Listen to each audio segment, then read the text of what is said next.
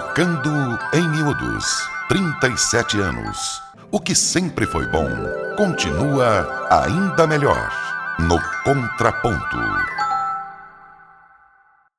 Está começando mais um Contraponto. Um tema: proibição do celular nas escolas. 2 pontos de vista da professora Ana Lúcia Pinto Meneghel, pesquisadora do Laboratório de Psicologia Genética da Faculdade de Educação da Unicamp. Ela que atua no Núcleo de Investigação Psicopedagógica dos Problemas de Aprendizagem e Desenvolvimento.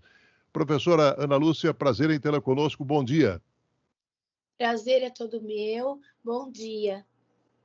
Participa conosco também o professor Fernando Santos Osório, professor e pesquisador, trabalhando no Departamento de Sistemas de Computação do Instituto de Ciências Matemáticas e Computação da USP São Carlos. Ele que atua na área de ciência da computação, com ênfase em inteligência artificial e robótica. Professor Fernando, prazer em tê-lo de volta ao Contraponto. Bom dia. Bom dia, é um prazer estar aqui também. A Comissão de Educação da Câmara dos Deputados aprovou um projeto de lei que proíbe o uso de celular e de outros aparelhos eletrônicos portáteis por alunos da educação básica nas escolas públicas e particulares, inclusive no recreio e também nos intervalos entre as aulas. E, além de proibir o uso, o texto também proíbe o porte de celular por alunos da educação infantil e dos anos iniciais do ensino fundamental, como forma aí de proteger a criança de até 10 anos de idade de possíveis abusos. Qual a sua opinião, professor Fernando? Bom, eu considero que o celular pode sim atrapalhar bastante o andamento de uma aula, mas eu diria que a gente tem que considerar um pouco a questão da idade, né, de qual é o nível escolar que a gente está falando, e dessas questões de qual é o conteúdo que está sendo acessado, porque, nesse caso, o celular pode ajudar, mas ele pode atrapalhar. Tem esses dois lados, né? De uma forma geral, eu sou favorável à proibição, porque ela está sendo colocada até dentro de parâmetros, né, que são parâmetros adotados em diversos países, né? A França é um dos grandes exemplos, em que crianças pequenas, né, e não tão pequenas, até 15 anos, não estão sendo autorizadas a usar o celular dentro da sala de aula, e inclusive em alguns casos fora, no recreio, né, no intervalo. Eu considero isso até adequado, porque uma criança ainda que está se formando, que está aprendendo a aprender, ela não tem esse discernimento de como gerenciar o foco da atenção. E o celular ele disputa esse foco da atenção, né? Então, eu realmente sou favorável à proibição nessas condições, para as séries do ensino fundamental. Ensino médio, eu já diria que aí tem uma discussão, eu diria que poderia ser parcial essa limitação, né, considerando algumas questões. E no ensino superior, bom, eu acho que aí a gente deveria ter alunos, né, no nível superior que fossem de nível superior e com discernimento suficiente para saber o que é adequado ou não em termos de uso de celular dentro da sala de aula. Mas a minha experiência, eu sou professor de universidade no ensino superior, é de que eles não têm tão bem definida essa noção do que é o uso oportuno e adequado do celular, infelizmente, né? Mas proibir no ensino superior é bastante difícil porque ele é uma fonte de informação bastante rica. O seu contraponto, professora Ana Lúcia. Bom, eu entro também como uma parte a favor e uma parte eu também sou contra. Crianças que o ECA considera até 12 anos incompletos, não tem que ter celular. Essas crianças, elas ainda não conseguem se né? E essa regulação, ela vem com a reversibilidade de pensamento. Deixa eu explicar. Minha pesquisa de mestrado foi em cima das crianças que ficam muito tempo em frente a essas telas. E elas não agem sobre o objeto concreto para essa construção do real. E essa construção do real é necessária para a construção da inteligência e a reversibilidade de pensamento, né? Isso pensando nos anos iniciais do ensino fundamental 1. No ensino fundamental 2, né? A gente até pode pensar nesse celular como limite, porque ali a gente começa a dar condições do adolescente se autorregular. E é só dando condições dessa criança se autorregular que ela vai se autorregular. Por exemplo, te dou um exemplo lá para as crianças da educação infantil, que a professora diz, levar brinquedo só de sexta-feira. Levar brinquedo só de sexta-feira porque eles pegam o brinquedo na hora da atividade, na hora que eles estão explorando. Ok, não sou a favor. Sou a favor de levar brinquedo todos os dias e, a partir disso, eles começarem a se autorregular. Então, isso é um ponto, né? Então, a mesma coisa seria do celular. Eu não posso tirar de uma vez.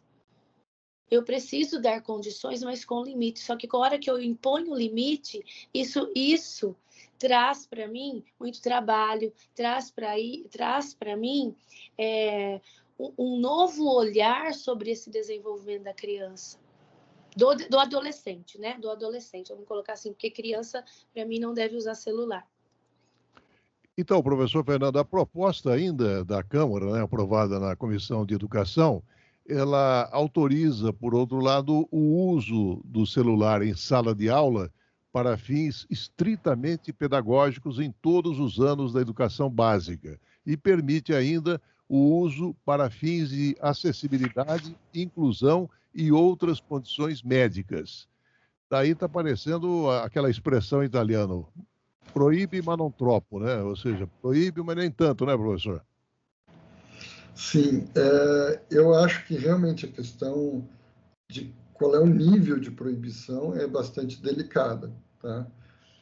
Eu considero realmente essa limitação, 12, 15 anos, ela é importante, deve ser colocada, mas também concordo, né? Então, apesar de ter um contraponto em termos, talvez, de qual é a idade, qual é exatamente o tipo de limitação, mas eu tenho que concordar com a professora doutora Ana Lúcia sobre a questão de que a gente tem que ensinar a usar, né?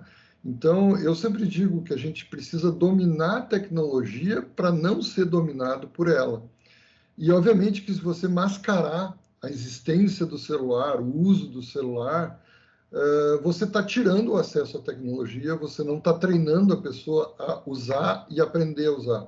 Só que tem a questão da idade, né? As crianças, elas ainda não estão... As crianças, aí eu falo educação básica, ensino fundamental 1 e possivelmente fundamental 2, elas têm um certo problema de foco, né? A gente está vendo cada vez mais aparecer estudantes com o TDAH, transtorno, né, de atenção.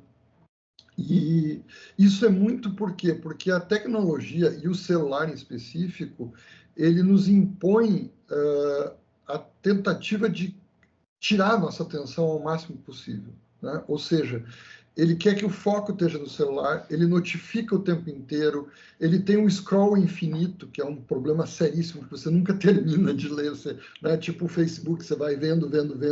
Ele tem as iscas, né, que a gente usa, os tais do clickbait, né, que é uma isca de clique, em que você é levado a ficar clicando e olhando. Ele tem cor, ele tem movimento, ele tenta despertar curiosidade, né? A gente vê quantas vezes na internet tem aquelas coisas que chamam atenção e você vai ver uma besteira, é só para chamar a sua atenção. Ele permite também a interação social, que talvez alguém com uma dificuldade de ter uma interação física e real se atira no celular para usar, né, disso como uma forma de contato. A gente já tinha o famoso bilhetinho que os estudantes passavam na época que não tinha celular, né? Passava o recadinho. Agora a gente passa a mensagem. Tudo bem aprender a passar mensagem, tal, mas chega uma hora que também a gente cai numa mesmice, passar um emoji, passar só uma carinha, uma coisa. Então, nem sequer usar a habilidade de escrita o estudante está usando. Então, eu acho que nessas horas eu preferia que passassem bilhetinhos do que ficassem passando mensagens do WhatsApp, Messenger e outras coisas, né? Então, eu realmente acho que a tecnologia ela pode acabar ela forçando demais essa questão de roubar a atenção. É uma disputa professor versus celular. E nesse ponto, eu realmente acredito que até o ensino, fim do ensino fundamental, lá na transição para o ensino chamado ensino médio, né, da minha época, eles ainda não têm muito esse domínio, né, sobre o que eles vão prestar atenção. É claro que existem conteúdos que são muito relevantes, né? A gente sabe que existem coisas boas na internet e no celular, mas existem coisas ruins. Boas, eu posso ter um filme educativo, um vídeo educativo, mas o que os alunos estão olhando são TikTok com dancinha. Isso não acrescenta nada na educação deles. Ou até eu diria, né, eu sou um apreciador do site dos vídeos do Porta dos Fundos, né? Eu gosto porque eles têm um lado educativo. Mas, convenhamos, o Porta dos Fundos não é feito para o momento em que você está numa sala de aula, né? Não é um vídeo educativo geral, um vídeo de biologia, de física, do que for. Então, eu acho assim, nós temos esse problema da disputa de atenção e da dificuldade de uma criança, à medida mesmo que ela vá crescendo, né, em termos de idade e de maturidade, de ela saber discernir o que é realmente um conteúdo adequado ou não para poder ser consultado durante a aula e na sala de aula. Uhum. Professora Ana, o assédio online e também as pressões das mídias sociais, elas podem impactar significativamente o bem-estar mental dos alunos, né? E as mídias sociais e a comunicação digital também acabam se transformando em terrenos de criação para o cyberbullying, impactando aí negativamente a própria saúde mental dos alunos, criando um ambiente escolar meio hostil, né? E proibir telefones na escola minimiza esses problemas e cria um ambiente mais seguro. Concorda ou discorda? Eu concordo que, continuo dizendo, essas crianças não devem ter celular, mas não podemos tirar a tecnologia dessas crianças. Por exemplo, eles precisam ter essa informação, eles são nativos digitais, o professor, ele trabalha, acho que as pesquisas dele são em cima da inteligência artificial. A gente não pode tirar dessas crianças essa tecnologia, mas eu posso ter dentro da minha sala de aula usos de computador para a gente pesquisar alguma coisa, que a gente pode sim ter uma rede social da escola, por exemplo, um Instagram da escola, o qual eu vou divulgar os trabalhos da escola, o qual eu vou divulgar alguma festa que vai ter na escola. Então, esse uso das redes sociais precisa ser assim com consciência. Que hoje em dia, essas redes sociais, assim, a gente costuma dizer que é a família margarina que está lá, que é todo mundo feliz, não tem gente triste lá, concorda? E isso pode afetar, sim, as crianças, os adolescentes, porque, assim, só eu que tenho problema, lá ninguém tem.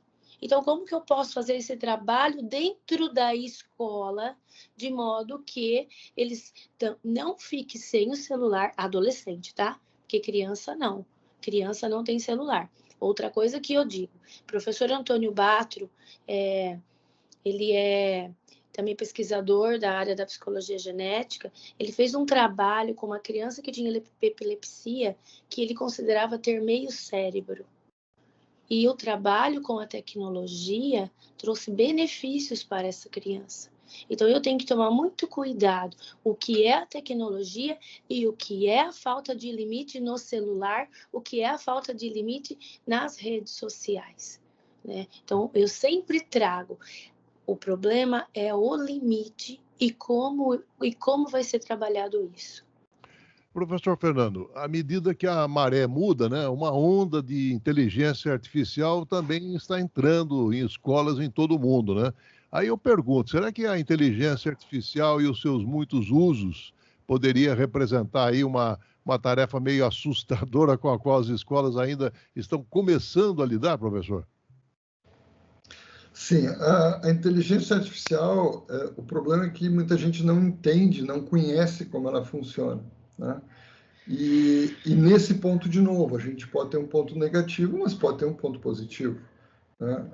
Foi citado aí, Márcio, você citou no início, que na legislação estão falando também em questão de suprir necessidades de pessoas com alguma deficiência, né? Eu já tive alunos com deficiência visual que usavam audiotranscrição, usavam uma série de recursos que vêm da inteligência artificial, né? Quer dizer, de síntese de fala, de reconhecimento de texto, de imagens, de transcrever alguma coisa que ele está, né, com a câmera ali apontando.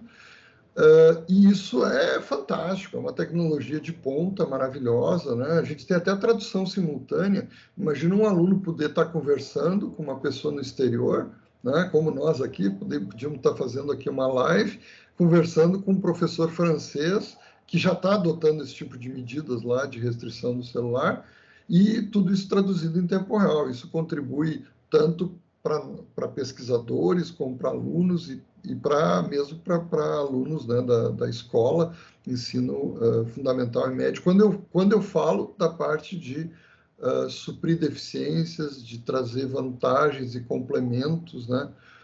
Algumas vezes a própria inteligência ela pode analisar para ver que a pessoa está prestando atenção ou não. Existem muitas coisas que podem ser feitas, mas a inteligência artificial que está na moda, ela se chama ChatGPT. E aí é um assunto completamente diferente e perigoso, porque o ChatGPT ele tem sido usado para compensar o meu desinteresse por buscar informações de qualidade. É muito fácil eu perguntar para uma máquina, me fale sobre o assunto tal, né? Descreva tal coisa, e nem sequer verificar se aquilo que foi respondido pela máquina está correto. E muitas vezes não está correto, né? Não está atualizado, ou ele inventa, ele escreve coisas que não estão corretas. E as crianças, adolescentes, adultos, né, inclusive estudantes, né, de ensino superior, de graduação e de pós-graduação, estão usando ele de uma forma completamente indevida, como se fosse um oráculo, uma fonte de sabedoria mágica que tudo sabe, tudo responde, e eu não preciso nem pensar duas vezes, é melhor perguntar para o ChatGPT. E isso causa um problema muito sério, né, que é esse problema da inteligência artificial mal usada. Né? A gente está correndo esse risco, correndo um risco grande das pessoas não entenderem o que é isso. A ciência foi toda construída sobre o ombro de gigantes. E aí nós temos duas coisas. Primeiro, gigantes no plural. Nunca procure uma fonte única. Sempre consulte múltiplas fontes, sempre vá atrás da informação, do ponto e do contraponto. Né? O que nós estamos fazendo aqui? O ponto e contraponto, o debate, a discussão, colocar as ideias justamente para encontrar o equilíbrio e a tentativa de acertar melhor. Agora, se eu perguntasse somente para uma pessoa, somente para uma máquina, somente para um sistema, o que eu devo fazer, nós temos essa visão única. E ela não é tão gigante quanto ela parece, né? Porque, na realidade, a reputação é de que a inteligência artificial é maravilhosa, mas é uma reputação fake. É uma reputação falsa. A inteligência artificial é muito boa, mas ela não é perfeita, ela não é maravilhosa, ela erra, ela tem informações falsas e incorretas. E, infelizmente, se eu não for atrás verificar isso, eu vou ter um problema muito sério, né, de estar consultando um gigante que não é gigante, um oráculo que por trás tem alguém ali que colocou uma informação que pode ter até um objetivo, uma tendência, alguma coisa que foi colocada, né, para influenciar as pessoas, como é o caso de certas redes sociais, né, que se coloca informação para manipular as pessoas e não para formar e informar adequadamente as pessoas. Aprofundando um pouquinho essa questão do professor Fernando, professora Ana Lúcia, essa crescente presença do ChatGPT na vida dos alunos, né, levou a muitos debates entre educadores e mudanças nas práticas educacionais, porque enquanto alguns consideram o ChatGPT ferramenta de inteligência artificial também com certa semelhança, né, o futuro do ensino e também da aprendizagem, outros percebem que isso poderia representar uma ameaça ao próprio desenvolvimento de habilidades básicas, como aquelas habilidades analíticas e também da resolução de problemas. O que pensa a respeito? Olha, tudo isso, de novo, eu trago os limites. A gente tem que ensinar essa criança, esse adolescente a usar. Antigamente eram as enciclopédias. Quantas aparecia, a gente pedia pesquisa, aparecia cópias de enciclopédia, cópia da enciclopédia no trabalho. Então, a mesma coisa está acontecendo com a tecnologia hoje. Só que aí é que eu trago para vocês. Não tirar tudo isso do adolescente, porque eu tenho que dar condições para que ele aprenda a fazer isso. Eu tenho que dar condições para que ele tenha limites para isso. O que é isso? O que é o ChatGPT? Para que serve isso? Como que eu posso utilizar? Quando eu posso utilizar? É a mesma coisa, tem um vídeo de uma criança, não sei se vocês já viram, se eu falar Alexa, ela vai responder aqui. Alexa, quanto é 5 vezes 5, por exemplo? Ele conversando com a Alexa, aí a Alexa responde. Então, veja, eles buscam estratégias que eles sabem trabalhar com a tecnologia. Então, eu tenho que dar essas condições. Volto a dizer, a educação, eu volto a falar no olhar da educação, que a educação tem que dar condições para que esses adolescentes trabalhem em cima dessa tecnologia. Uhum. Professor Fernando, há um segmento, né, que acha que o ChatGPT ele pode ajudar a equipe acadêmica e também os professores a projetar avaliações, por exemplo, questionários, avisos abertos e que se alinham com os objetivos de aprendizagem e também os critérios de sucesso da aula. O senhor concorda ou não? Olha, eu estou mais para discordar, tá? Porque o tipo de resposta que a gente obtém do ChatGPT é uma resposta linguística muito elaborada, muito bonita, rebuscada, convincente. Mas em termos de conteúdo, quem tem que fornecer o conteúdo é a pessoa, é o ser humano. Inclusive esses sistemas que fazem o uso mais avançado da inteligência artificial, do ChatGPT, todo mundo que é da área mais acadêmica e técnica sabe que só está funcionando se você usar técnicas que a gente chama de RAG, que é um aumento de conhecimento. Você faz a pergunta, mas você já dá uma tabela de dados, você já dá uma informação complementar para que o ChatGPT não saia alucinando, não saia dizendo coisas incorretas. Então, na realidade, o que você está fazendo? Assim, é ele que respondeu ou fui eu que já dei as informações, né, mais ou menos preparadas e mastigadas? E o ChatGPT puro, sem esse apoio de alguém meio que moldar a resposta, né? Então, de você... É óbvio, isso aí funciona num sistema corporativo.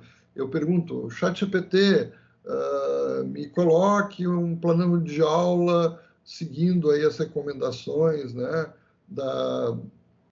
da questão de legislação e recomendações do ensino, e ele pode fazer esse plano, só que o que acontece? Alguém por trás já tem as recomendações, já tem algumas informações para direcionar a resposta, porque se for genérica e eu deixar livre o questionamento, o ChatGPT ele costuma sair fora do que é adequado e esperado, né? Porque ele não entende, ele é uma máquina de manipular números, né? E se você não dá para ele a base adequada, ele sai fora de qualquer coisa normal e adequada, né? E claro, está funcionando? Tá, tem gente que consegue fazer isso. Você, por exemplo, no início tinha gente que dizia, faça o balancete da minha empresa. Isso aí é uma coisa absurda. Hoje em dia, quando você diz assim, faça o balancete da empresa, o software vai lá, busca informações, adiciona as informações da empresa na pergunta, para que a pergunta seja bem respondida. O segredo está muito na pergunta, né? Eu vejo muita gente falando eu vou fazer engenharia de prompt e aí está tudo resolvido. Engenharia de prompt é como que eu coloco a pergunta. Aí eu normalmente mostro assim, olha, se eu perguntar para o ChatGPT é uma ferramenta boa na educação? Ele vai dizer, não, é uma ferramenta boa. Mas se eu mudar a pergunta e dizer, ChatGPT é ruim quais são os problemas que ele tem na educação, ele vai me descrever assustadoramente todos os problemas do ChatGPT. O que mudou? A pergunta. Só a pergunta. Não mudou mais nada. Por quê? Porque ele responde o que eu estou colocando no prompt, no texto que eu jogo para ele. Agora, se eu tiver por trás uma máquina que faça uma análise dessa pergunta, que puxe outras informações e que aí sim meio que obrigue o ChatGPT a ficar dentro de um contexto bem estruturado, aí as coisas podem funcionar um pouco melhor, né? Então, é uma questão de regular isso. Agora, a maioria das vezes a gente não tem esse tipo de recurso de manter o ChatGPT nos trilhos, né, direitinho. E aí, quando ele sai fora dos trilhos, é um desastre completo. Professora Ana Lúcia, no seu contraponto, eu queria que contemplasse a seguinte questão, voltando no celular, né, professora? Porque essa aplicação de proibição de celular, ela pode ser, por outro lado, também difícil e impraticável em alguns ambientes escolares, levando a possíveis inconsistências e também frustração. E proibir telefones celulares pode levar ao ressentimento entre os alunos, potencialmente fazendo com que ele se rebele ou encontre maneiras de contornar as regras, professora. Tudo que é proibido, eu vou buscar algo para que eu possa burlar as regras, certo? Então, eu não concordo com essa proibição do celular, mas sim um trabalho que é feito.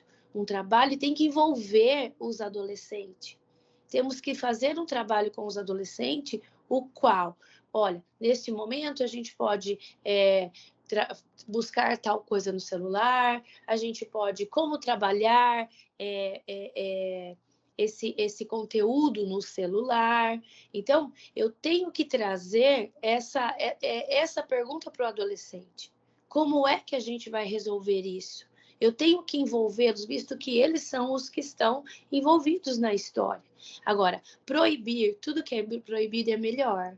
Tudo que é proibido eu vou burlar, né? Até mesmo eu brinco, eu sempre vou trazer para o ensino fundamental 1. Por exemplo, figurinhas da Copa do Mundo. Nossa, isso cada vez que vai figurinha para a Copa do Mundo, da Copa do Mundo para a escola, é uma briga, porque tem que guardar figurinha. Só que as professoras esquecem que o conflito que tem ali com a figurinha é um conflito para a vida. Eles vão buscar resoluções mais evoluídas. Se eu não trabalhar isso agora, vou ter que trabalhar isso mais para frente. Ou eles vão resolver do jeito deles. E outra, essas figurinhas, quando a gente pensa em ensino fundamental 1, eu posso trabalhar classificação, seriação, ordem e tudo mais. Então, eu tenho que pensar como fazer esse celular dentro da sala de aula. Tirar o foco, como o professor disse, ele vai tirar, porque é muito mais interessante o celular ali do que muitas vezes o que a professora está explicando lá. Então, como é que eu posso... Eu penso assim, tem professor que vai ficar bravo comigo o que eu estou falando, mas, professor, a gente vai ter que mudar a nossa estratégia. A gente vai ter que mudar um pouco o como a gente vai trazer os conteúdos. Não é apenas ter uma lousa digital. Como é que eu vou trazer esses conteúdos para que o meu aluno se interesse? E que esse celular talvez faça parte de tudo isso. Professor Fernando, no seu contraponto, queria que o senhor contemplasse a seguinte questão. Num mundo aí cada vez mais digital, a capacidade de usar a tecnologia de forma eficaz acaba se tornando crucial. Aí eu pergunto se uma proibição não limitaria as oportunidades dos alunos no tocante ao desenvolvimento dessas habilidades essenciais, professor. É uma excelente questão, eu acho que sim, a tecnologia, mas aí eu acho que a gente algumas vezes foge um pouquinho do ponto que nós temos que discutir. Por exemplo, a gente aqui falou, eu tenho que ensinar o aluno, eu tenho que ensinar a criança a usar bem, mas existem momentos para isso. Uso das figurinhas. As figurinhas, ele talvez possa usar em certo momento. Eu posso fazer uma aula cujo tema são as figurinhas, mas eu não posso deixar todo o tempo dentro da sala de aula as figurinhas correndo soltas. Então, existe um momento, existe um ponto de uso. E eu acho que a tecnologia também tem isso. A gente tem que saber o momento em que ela pode ou não pode, que ela deve ou não deve estar presente. E existe também a família, porque algumas das discussões que a gente está falando aqui, a escola tem o seu papel, mas a família também tem, né? De colocar controles, de colocar regras, de dizer, por exemplo, não leva as figurinhas para a escola. Pronto, é uma coisa familiar, não é uma coisa só da escola, né? Não é só... Tem um momento, mas assim, aí eu acho que existem momentos, né? Que a gente diz assim, na sexta-feira você leva as figurinhas e é o dia do troca de figurinhas. Eu sou a favor de ter essas regulações, porque você pode ter um momento em que está em discussão, que vai ser usado pedagogicamente, está no plano da aula abordar aquela questão, né? Mas eu acho que apesar de ela trazer vantagens, inclusive, assim, como eu trabalho na área tecnológica, eu sei que existem soluções tecnológicas para algumas coisas, né? Existem soluções tecnológicas para não se usar celular dentro do presídio. Existe. Está funcionando? Não, não está. Existem soluções tecnológicas dentro da escola? Sim. Por que não botar filtros? Eu seria o primeiro a dizer assim, na minha sala de aula, na universidade, ou mesmo numa escola, TikTok, nem pensar, jamais. Facebook, só se for o tema daquela aula, mas eu cortaria Facebook, eu cortaria WhatsApp, eu cortaria um monte de coisa, então eu teria filtros. Do ponto de vista tecnológico, é possível sim, a gente pode colocar uma rede interna e que só a rede interna da escola fosse usada. Mas o aluno vai burlar, porque ele sabe ligar o 4G, o 5G, ele sabe fazer as loucuras deles, né? Mas eu seria favorável a ter esse tipo de filtros para dificultar. Eu não quero ver aluno meu no TikTok, no WhatsApp, no Facebook durante a aula. Bem colocou aí a professora, né, a Ana Lúcia, que a gente tem a comunicação, né, vou botar uma notícia de festa, de reunião, de material, inclusive de trabalho escolar no Instagram e tal. Mas é momento, é momento. Ele pode olhar aquilo em casa, ele não precisa estar olhando aquilo durante a sala de aula, né, durante a aula. Então, eu sou muito favorável à ideia de filtros, porque aí você poderia dizer, quer acessar a enciclopédia digital, que é a chamada Wikipédia, né? A Wikipédia é um grande repositório com curadoria, com qualidade, com referência, muito superior ao que o ChatGPT responde, porque o ChatGPT foi treinado em cima da Wikipédia e ele, na verdade, botou tudo dentro de um saco de gato, e quando eu pergunto alguma coisa, ele mete a mão lá dentro e puxa alguma coisa que parece com aquilo que ele aprendeu da Wikipédia, né? Mas eu deixaria algumas coisas em aberto, vídeos.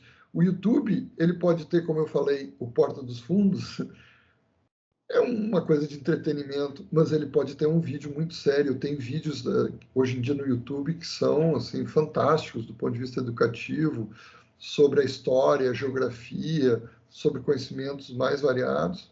Então, a questão é como criar esses filtros. Isso é um problema tecnológico, assim como eu acho que também é um problema tecnológico hoje em dia essa discussão do celular no presídio.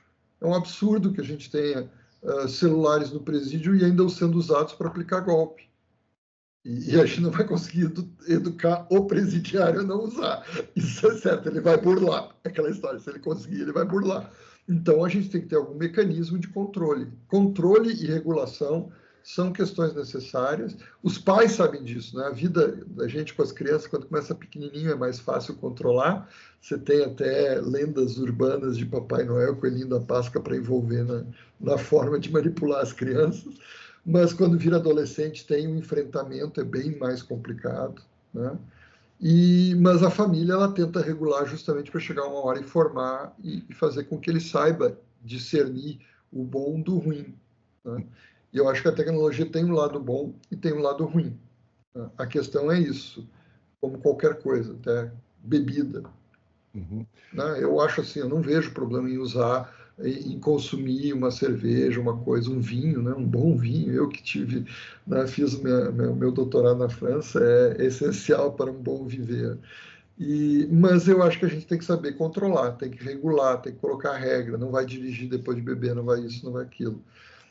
Isso é um ensinamento também, né? Passa por um ensinamento, passa por experiências, por vivências, mas passa por uma regulação. Você tem que ter a regra que mantém as coisas dentro dos limites e de padrões que a gente gostaria de ter. Assim como eu acho que filtros poderiam ajudar um pouco. Imagina, desligar o WhatsApp e o TikTok já seria um alívio nas salas de aula. Professora Ana Lúcia, o professor Fernando falou exatamente que o aluno poderia deixar para ler a mensagem em casa, né? E a gente sabe que o uso excessivo do telefone pode levar ao vício e também à ansiedade, o que dificulta a interação social saudável, o próprio desenvolvimento pessoal. E alguns alunos facilmente se viciam em mensagens de texto, né? O que cria problemas comportamentais, professora. Essa ansiedade, claro, cria problemas comportamentais, mas como tirar o celular também cria problemas comportamentais. Então, o que a gente, por exemplo, problemas comportamentais, o que a gente pode dizer? Falta de limite dentro da sala de aula, falta de limite em casa, crianças agressivas. Tá, o que tá gerando isso? Será que é só a falta de celular? E os pais em casa?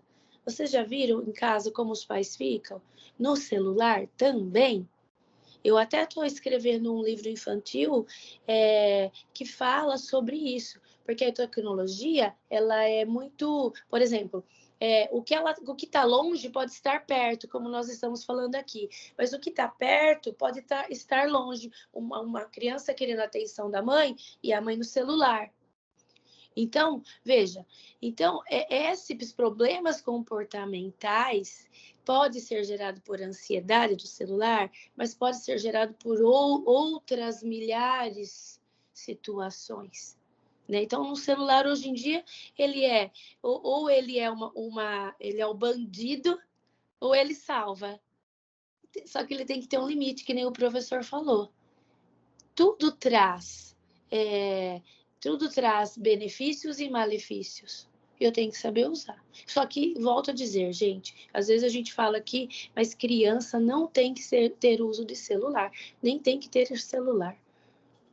Uma vez, eu estava num hotel e tinha uma criança de 5 anos, ela fazia assim no peixe, ó, no aquário. E o peixe não aumentava. O que é isso? O excesso de celular já. Eu diria que é o erro do aquário. O aquário é que não está funcionando bem. Exato. Professor Fernando, enquanto alguns estudos sugerem que um aumento nas notas de estudantes aconteceu depois do banimento do celular, especialmente entre alunos com dificuldades, só que, por outro lado, essa pesquisa ainda é inconclusiva. Aí eu pergunto, quais são os principais desafios no tocante à implementação de estudos que possam efetivamente validar uma proibição do celular, professor? O problema é que toda tecnologia nova ela é difícil de ser avaliada. É o caso do ChatGPT. O ChatGPT é uma criança, ele nasceu em 2022, né? Início de 2022, finalzinho de 2021, mas é 2022, 23, 24 agora. Então, é muito novo, a gente não tem uma noção do impacto, né?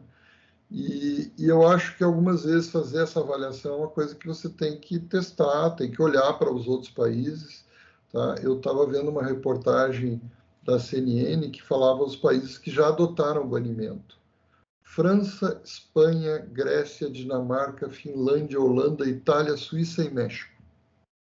É uma lista não negligenciável. Vamos olhar os resultados deles. Vai ter um número grande, e a França ela já tem uma tradição maior, de mais anos, questionando isso.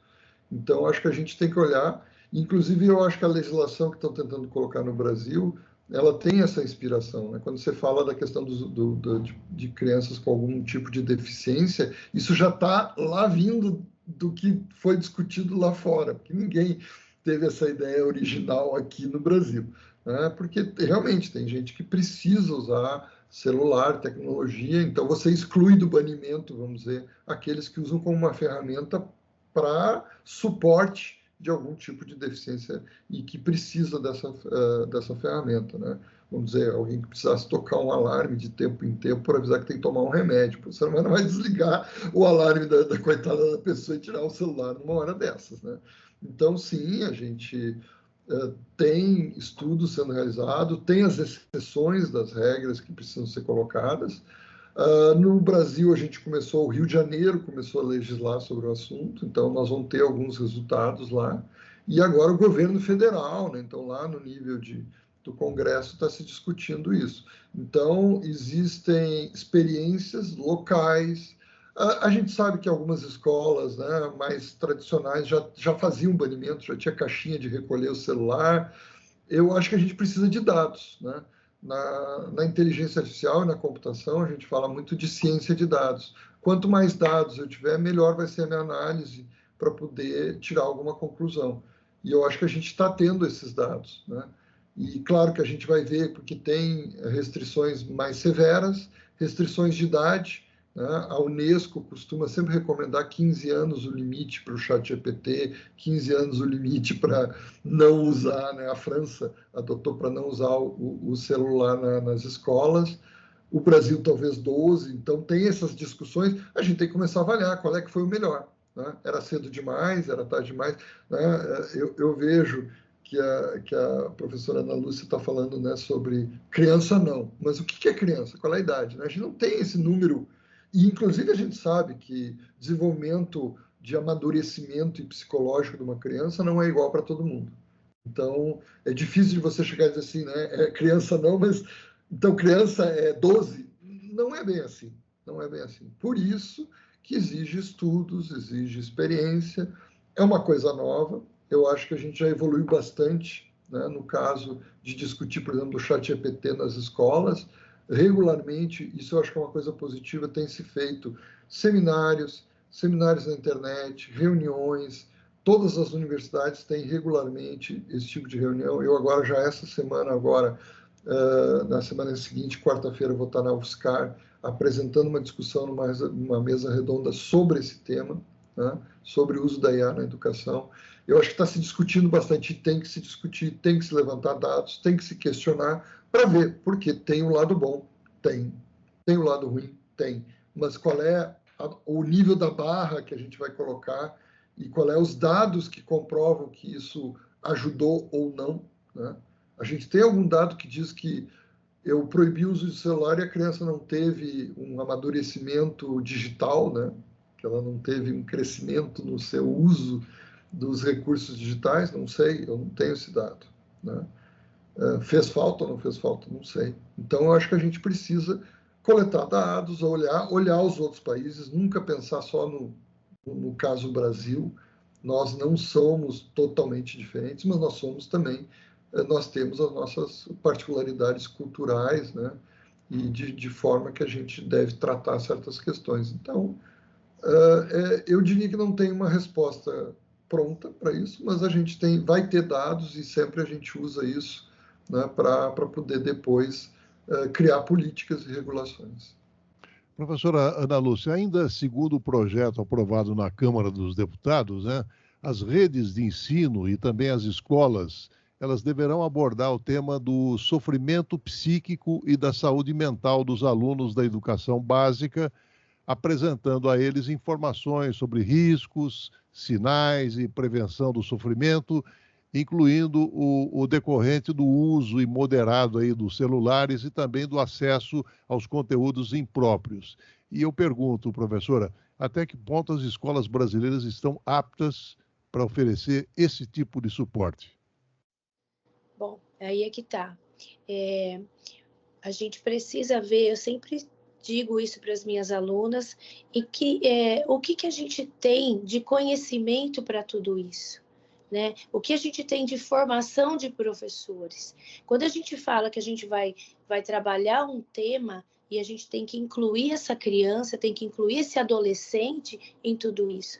Então, o que a gente pode buscar? A gente pode buscar pesquisas para trazer para esses alunos e a gente discutir juntos, fazer mesas de debates, né? Fazer algo diferenciado, não apenas chegar e falar assim, olha, a pesquisa tal falou isso. Não, como é que a gente pode, então, fazer esse trabalho? Né? Como que eu posso buscar? Eu posso buscar até mesmo na internet e como? Lá dentro da escola, em computadores, como é que as pesquisas estão trazendo? Como é que eu posso resolver isso? Seria como se fosse mesmo uma conscientização, um trabalho de conscientização. Professor Fernando, o Programa de Avaliação Internacional de Estudantes da OCDE em 2022 apontou que a maioria das escolas globalmente tem algum tipo de regra sobre o uso de dispositivos digitais, só que elas variam de forma muito drástica, né? E a abordagem mais comum em todas as escolas nos países da Organização para a Cooperação do Desenvolvimento Econômico, a OCDE, era de que os professores individuais estabelecessem regras para suas próprias salas de aula. Aí eu pergunto, como é que fica a imagem do professor diante dos alunos? Existe uma regra, pelo menos em muitas instituições, que o professor é soberano em sua sala de aula. E eu acho que é uma regra importante. Tá? Porque se ele perder a soberania dele e ele não puder tomar as rédeas da condução da sua aula, ele vai perder o respeito. Né? Então, eu acho que é isso.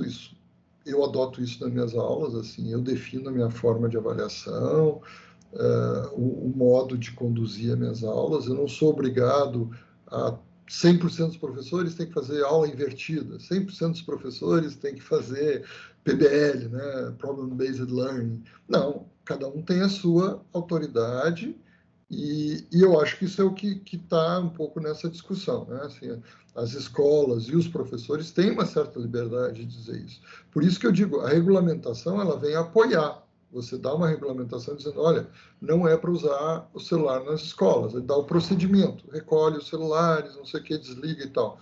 Mas aí eu quero dar uma aula específica sobre ensinar a usar o ChatGPT. Eu acho que isso é uma coisa que está faltando, uma certa cartilha.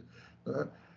Vamos ensinar a usar a IA e o ChatGPT na sala de aula. O que eu faria nesse caso? Eu ia lá fazer os alunos usar para mostrar para ele as respostas erradas, para mostrar para ele as contradições que vêm da IA, para mostrar que ele não é o oráculo, para comparar ele, a resposta do ChatGPT, com a resposta de outros, né, outras buscas, outros sites bem reputados. Então, isso seria uma aula didática e aí eu vou quebrar a regra da escola. Eu vou dizer, não, hoje a gente vai usar o celular a aula inteira justamente para aprender a como aprender com o uso do celular. Né? Aprender a aprender é uma coisa muito importante. E aí, nesse caso, eu acho que o professor ele tem que ter essa autoridade. Né? Mesmo que vá contra uma regra mais geral, mas assim, eu estou dentro da minha liberdade de professor, dentro do meu direito, né, de estabelecer uma regra de conduta ali e de forma de conduzir a minha própria aula. Então, acho que sim, a gente consegue equilibrar isso. Nós não estamos falando aqui que usar o celular seria um crime passível de prisão nem nada. E regulamentar não é, nem sempre, né? Quando a gente fala regulamentar, o pessoal pensa em lei e quando pensa em lei acha que vai ter punição. Não, vamos com calma, tem níveis aí, né? O que é a punição? O que acontece com o aluno que usava o celular quando não podia? Ele tinha 2 celulares, ele entregou uma e ficou com outra. A gente sabe que é isso que eles fazem.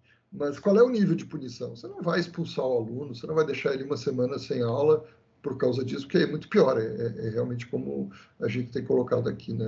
O objetivo é ensinar, o objetivo não é ficar punindo simplesmente sem educar. Né? Porque punição que não leve a um aprendizado não serve para nada. Né? Uhum.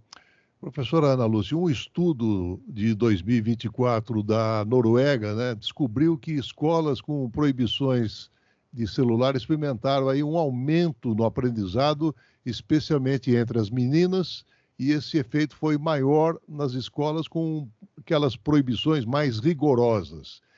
No entanto, um outro estudo analisou escolas da Inglaterra com políticas de celular e aí viu aumentos acadêmicos entre os alunos mais desfavorecidos e com menor desempenho.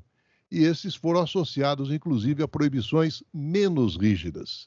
Parece até aquela frase do Chacrinha, né? Não vim aqui para explicar, mas sim para confundir, professora. Aí depende, assim, tudo isso depende muito dessa solicitação do meio, depende muito desse viés da pesquisa, né? Que o celular tira o celular tira o foco. Mas como isso pode ser trabalhado? Então, depende muito, como o professor disse, a gente ainda tem muitas pesquisas aí para fazer, para ver o que vai nos trazer tudo isso. Né? Então, vai ter pesquisa de todo jeito, vai ter pesquisa que vai trazer vários resultados. E aí cabe a gente saber ler essas pesquisas também, né? E saber, assim, para a nossa sociedade, como que vai ser isso? Depende, porque pode ser que em algumas regiões a gente tenha um resultado. Depende de outra região, a gente tem outro resultado. Né? Isso é em tudo, isso não é só no celular. Professor Fernando, a cidade de Nova York havia adotado medidas proibindo o uso dos celulares nas escolas, mas acabou voltando atrás, em parte porque as proibições acabaram se tornando mais difíceis para os pais manterem contato com seus filhos. E aí a pressão acabou indo da casa para a escola, professor. Pois é, eu volto à questão da tecnologia, né? Como eu falei, dos filtros. O meu celular, ele me avisa o número de horas que eu usei. Isso é para me educar. Você nessa semana usou mais, você usou menos, e tal, para ver, inclusive, que a gente está exagerando no uso do celular. Será que o celular não teria, assim, será não? Eu tenho certeza que é possível de ter um software que diz, eu estou no horário de aula, eu estou acessando o TikTok. Por que não? É porque tem interesse econômico. Então sempre tem uma questão que algumas vezes foge, né? Assim, é possível resolver? Dá para criar um aplicativo, alguma coisa de controle para que durante o uso da aula não haja esse desvio completo de finalidade, que mensagens de emergência, de contato com o familiar possa passar. A gente sabe, nos Estados Unidos houve aqueles problemas de terríveis, né, de ataques às escolas e que nessas horas você dispara um alarme. Então, eu acho que existe todas as condições tecnológicas para resolver isso. A questão é, o TikTok quer que ele mesmo diga não me use, o Facebook quer que ele mesmo diga não, agora não é horário de Facebook, né? Tem um interesse econômico, né? Então, eu acho que tem soluções possíveis. Eu faço a minha culpa como alguém que trabalha na área de tecnologia e que não resolveu o problema. A gente criou, mas não resolveu, né? A gente criou o problema do excesso, da disputa de atenção, mas a gente não soube criar uma solução adequada, né? Mas aí é muitas vezes por uma questão econômica.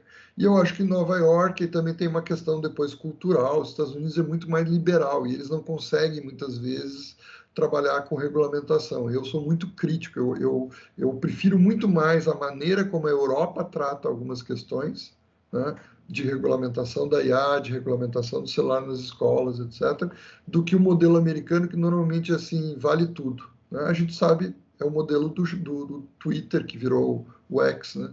O X, o Twitter vale tudo, é uma terra de ninguém, você pode escrever o que você quer lá, e eu acho que esse é o modelo americano.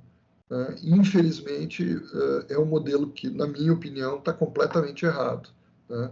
E a mesma coisa, se diz, houve uma proibição, não deu certo, aí volta atrás, né? Não é, eu não acho que se deva ir nessa direção. Eu prefiro realmente ser mais responsável e, se teve problema com os pais, apoiar os pais, né? Eu acho que tem maneiras de você resolver o problema apoiando em vez de acabando com a restrição. Então, professora Ana, em cima dessa questão de Nova York, né, para alguns alunos, os celulares acabam se transformando no principal meio de manter contato com os amigos e familiares. Na sua percepção, uma proibição poderia levar a sentimentos de isolamento? Poderia, porque, olha, vamos pensar, por que que um pai quer ter contato com a criança pelo WhatsApp dentro da escola? Ele não tem a direção da escola, ele não tem a coordenação da escola. Isso é falta de limite dos pais também, né? Então, acaba sendo uma incoerência. Dentro da escola, olha, se eu tenho algo urgente, eu vou entrar em contato com a direção, vou entrar em contato com a coordenação. Se a criança se machuca dentro da escola, ou algo que aconteceu dentro da escola, é a direção que vai entrar em contato. Não é o aluno. Isso acaba saindo também, perdendo a característica escola. Então, quer dizer, eu estou sentindo alguma coisa aqui, eu já vou direto, a professora não está nem sabendo o que aconteceu com o menino. A mãe já lá fora já está sabendo e aqui dentro eu não estou sabendo o que aconteceu. Então, nestes casos, eu acredito, essa proibição do WhatsApp, essa proibição, que nem você falou do TikTok, isso tem que ser proibido. Ou que se os adolescentes tiver o celular dentro da sala, usando com limite, mas o quê? Como ele disse, ter filtro. E os pais têm que saber que, nesse momento, não é hora de falar com a criança. Perde o foco também. Professor Fernando, exatamente essa questão de tirar completamente os celulares dos alunos pode não ser bom, porque a maioria dos colegas tem acesso a ele. E ter melhor controle sobre o uso do celular acaba sendo exigido, então, pelas escolas e, consequentemente, a fim de ter uma melhor vantagem para os alunos. É verdadeira ou falsa essa percepção, professor? Eu acho que, sim, maior vantagem ter o celular, não vejo, porque os outros têm. Bom, aí entra a regulação, se a regra vale para todos, não vai ter essa questão de disputa, uns têm, os outros não têm, eu posso, você não pode. Então, e a vantagem, eu acho que, de novo, a gente volta à questão, qual é o uso? Né? Se o uso é para a educação, realmente o celular traz uma vantagem, aí cabe também a escola de prover recursos, prover computador, tablet, o que for, para que aquele aluno que não tem os meios, né, não tem o celular bom o suficiente para poder aproveitar do ponto de vista didático, educacional, ele possa acompanhar no mesmo nível. Então, assim, aí eu acho que aí é o inverso que a gente está falando, a gente quer prover os equipamentos para nivelar. Mas eu acho que não é a desculpa de dizer, porque eu tenho, porque justamente o meu celular é o último modelo e que isso é que me torna melhor. Não, a regra vale para todos, não vai usar, azar que seu modelo que você pagou caro vai ficar guardadinho dentro da gaveta. E quando for momento educacional, aí sim tentar fazer alguma coisa também que não prejudique aqueles que não têm o modelo mais sofisticado e tal, né? Daqui a pouco a gente vai estar falando, não é mais o celular, é o óculos de realidade virtual, aquele aluno que tem o óculos. Imagina o que é uma sala de aula com o aluno completamente fora do mundo, botando aqueles óculos de realidade virtual. Mas ele está aprendendo melhor, porque imagina, ele está vendo simulações e coisas tridimensionais. Vai ter que regular. Ou todo mundo tem, ou todo mundo usa, ou ninguém usa, mas não pode ser essa coisa de usar um lado econômico ou de justamente dizer que eu posso ser beneficiado mais do que ele. Então, tem um lado aí que é relevante e merece ser discutido, né? Essa questão justamente de ter acesso também à tecnologia, mesmo para quem não tem os recursos para tal. Professora Ana, a implementação dessas políticas parece simples, mas não é, né?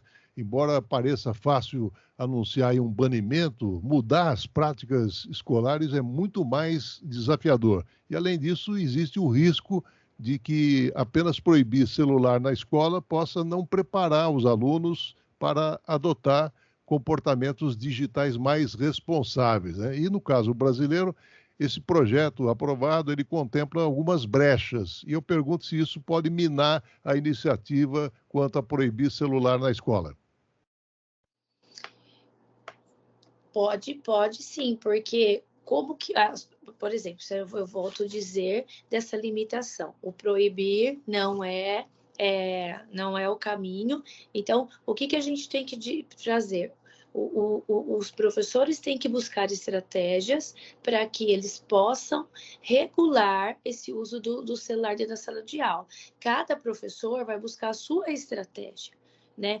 Por exemplo, na hora das regras, a gente constrói regras escolares junto com as crianças conforme vai acontecendo algo que precise de regras. Então, o celular vai ser a mesma coisa. Bom, está acontecendo isso, vamos sentar para ver o que está acontecendo e o que a gente pode fazer para colocar uma regra sobre isso, né? Então, buscar estratégias que traga as crianças, traga os adolescentes a contribuir para todo esse conhecimento, para toda essa construção de conhecimento dessa criança. E o celular ali também.